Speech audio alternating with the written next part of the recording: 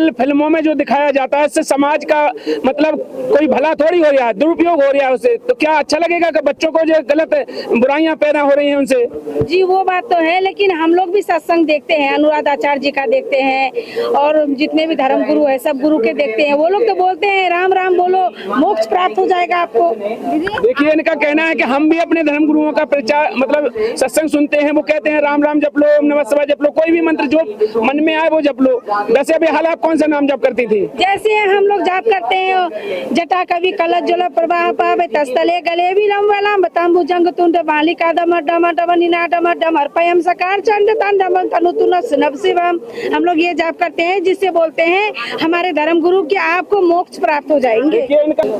दर्शकों नमस्कार। देखिए आज यहाँ पर धनाना धाम में जो बहनें इकट्ठी हुई हैं, इनमें से एक बहन है ये नाम दीक्षा लेना चाह रही थी, लेकिन अचानक ऐसा क्या हो गया कि ये नाम दीक्षा नहीं ले रही है। आइए इनसे पूछते हैं, बात करने की कोशिश करते हैं। नमस्कार बहन जी। हमने ना तो बहुत पूछा उनको कि वो बोल रही है कि नहीं, बोले आपके गुरु जी के यहाँ पे ऐसे नियम है वैसे नियम है, ऐसे बता रहे। चलिए अच्छा अनी से बात कर लेते हैं। बहन जी क्या कारण हुआ कि अभी आप तैयार थी नाम दीक्षा लेने के लिए, अब क्यों नहीं नाम दीक्षा ले रही संत रामपाल जी बाजी? यहाँ पर तो सारी व्यवस्था सही है, लेकिन मुझे बस यहाँ के जो नियम है ना वो मेरे को अच्छा नहीं लगता। नियम कैसा है? ऐसा कौन सा नियम जो हम सुनते हैं कि संत रामपाल जी के जितने अनुयायी हैं वो सारे फिल्म नहीं देखते हैं, सीरियल नहीं देखते हैं, पार्टी नहीं जाते हैं, डांस नहीं करते, ये सब चीज मेरे को अच्छा नहीं लगता। देखिए बहन जी यहाँ पर और बहन है, उनसे बात करने की कोशिश करते हैं। बहन जी इनका कहना है कि जो संत रामपाल जी महाराज जी हैं बहनों को मना करते हैं, भक्तों को मना करते हैं कि फिल्म नहीं देखना है, कोई सीरियल नहीं देखना है, कोई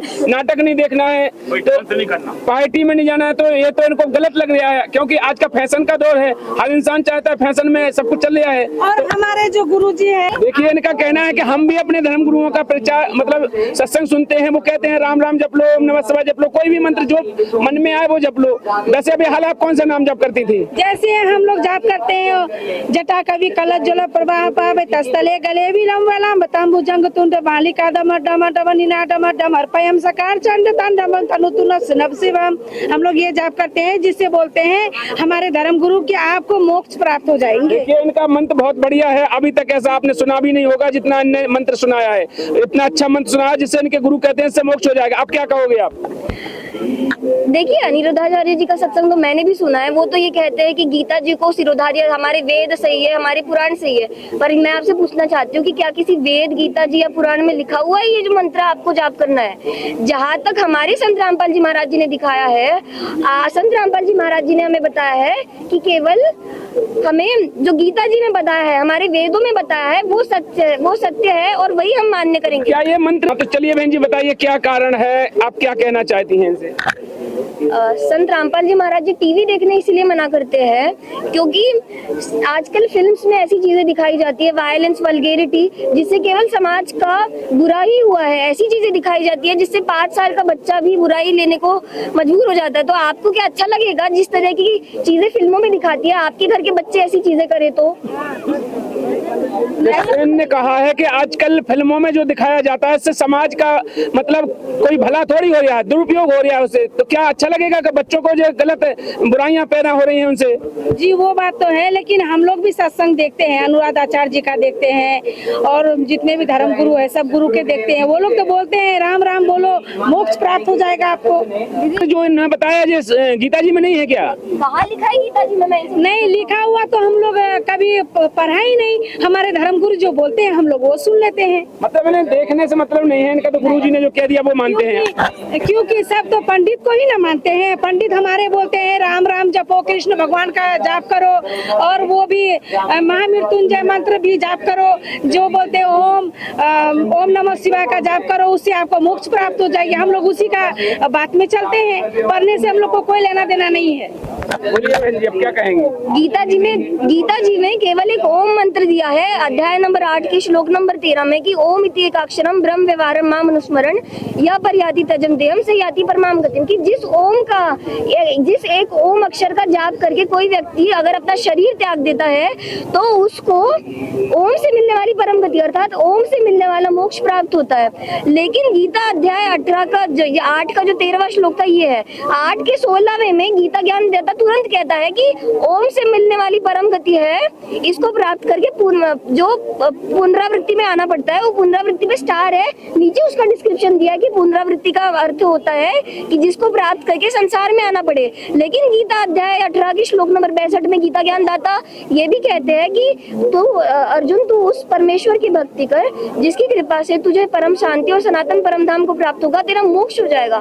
तो वो मंत्र कौन सा है? वो तो ये इससे तो सिद्ध होता है कि वो किसी और परमेश्वर की बात कर रहे हैं, क्योंकि चौथे के 5वें 9वें में, दूसरे के 10वें में, 10वें के दूसरे में, दूसरे के 12वें में गीता ज्ञान दाता ने कहा है कि मेरे और तेरे अर्जुन जन्म मरण होते हैं। इससे तो सिद्ध है कि गीता ज्ञान दाता का जन्म मरण होता है और जो ओम मंत्र है वो फाइनल नहीं है। 17वें की 23वें में कहा है कि ओम तत्सत इति निर्देशन ब्रह्मणे त्रिविधे समर्थ ब्राह्मणांतेन यज्ञाच गीता पूरा, जिसका अर्थ होता है कि ओम तत्सत ये डायरेक्शनल मंत्र है, सांकेतिक मंत्र है।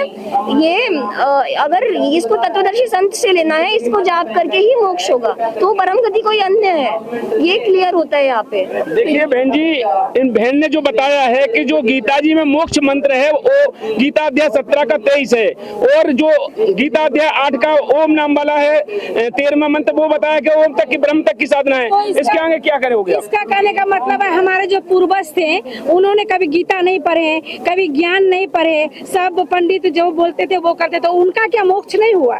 देखिए इनका कहना है जो हमारे जितने भी अभी तक पंडित चले आए, जो हमारे जो साधक चले आए, उन्होंने साधना की तो क्या उनका मोक्ष नहीं हुआ? तो ये हमारे लिए बहुत बड़ा प्रश्नवाचक चिन्ह है कि क्या, क्योंकि कबीर परमेश्वर की वाणी है, आगे गए ना बावड़े रहते भी सब जाए, बिन साहेब की बंदगी कोई ठौर ठिकाना नहीं। मतलब जो चले गए सो चले गए, जो चले गए उन्होंने हमें कभी बताया नहीं कि मरने के बाद कहाँ गए, किसका क्या हुआ। ये हमारे लिए प्रश्नवाचक चिन्ह ही है कि हमें कोई नहीं बता सकता है।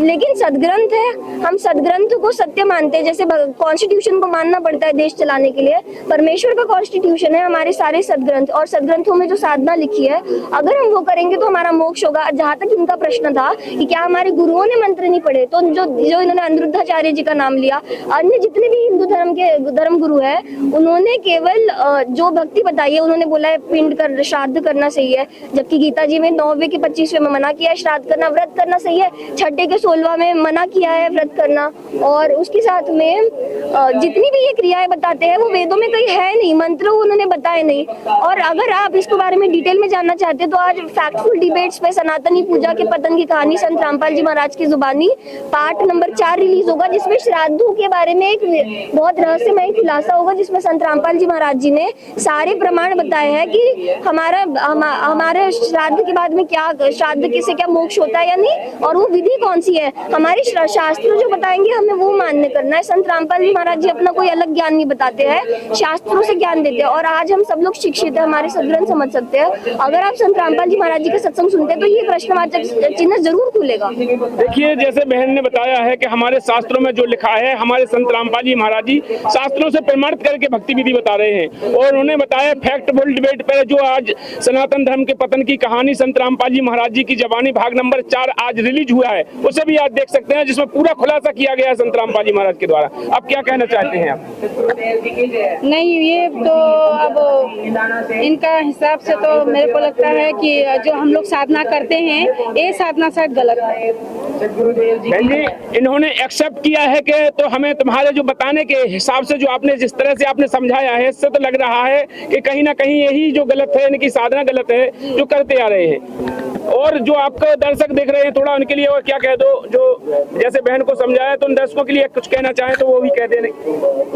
जी मैं ये कहना चाहूंगी कि जी 600 वर्ष पहले केवल कबीर परमेश्वर थे जिन्होंने उस जमाने में जहाँ पे जातिवाद चरण सीमा पे था, और किसी ब्राह्मण के सामने जाके ये बोल देना कि पत्थर पूछ पत्थर हो गए भाई, आंखों देख भी मानत नहीं, पत्थर पूजे हरी मिले तो मैं पूजू पहाड़, वासी तो चक्की भली पीस खाए संसार। किसी मुसलमान के सामने बोल देना कि आप जो बांग देते हो कि बांग देने से खुदा मिले तो क्या बहरा भया खुदा है, क्या वो परमात्मा तो चीटी पायल बाजे पैर साहेब सुनते हैं सब लहर। तो ये बोलना कि आपकी साधना गलत है, एक धानक जुलाहे शूद्र की जाति में पैदा होकर केवल परमेश्वर हो सकते हैं, कि इतना होने के बाद आप सोचिए वो लोग क्या कर सकते थे। कोई कबीर साहब पे 52 बार उनको मारने का प्रयास हुआ, गरम कढ़ाई के तेल पे तलना और उनके टुकड़े टुकड़े करके काट देना, ये सारी चीजों के बाद में भी वो बच गए क्योंकि वो पूर्ण परमेश्वर थे।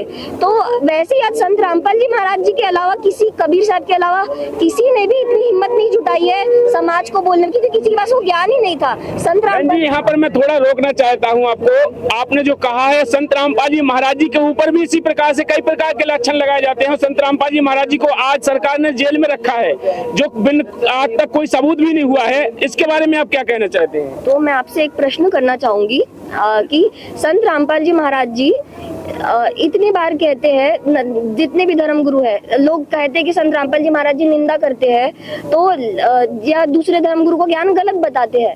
तो अगर संत रामपाल जी महाराज जी बताते हैं ऐसा, आप थोड़े से कोई केस देखिए, थोड़ा सा कुछ हो जाता है तो कितना बड़ा तहलका मच जाता है कि किसी ने किसी पे छोटी सी भी टिप्पणी कर दी हो। लेकिन संत रामपाल जी महाराज जी पब्लिक में बोलते हैं कि आपका ज्ञान गलत, आपकी भक्ति गलत, आपकी साधना गलत। सारे जितने भी धर्म ग्रंथ है, सारे जितने भी धर्म गुरु है, उन सब के बारे में संत रामपाल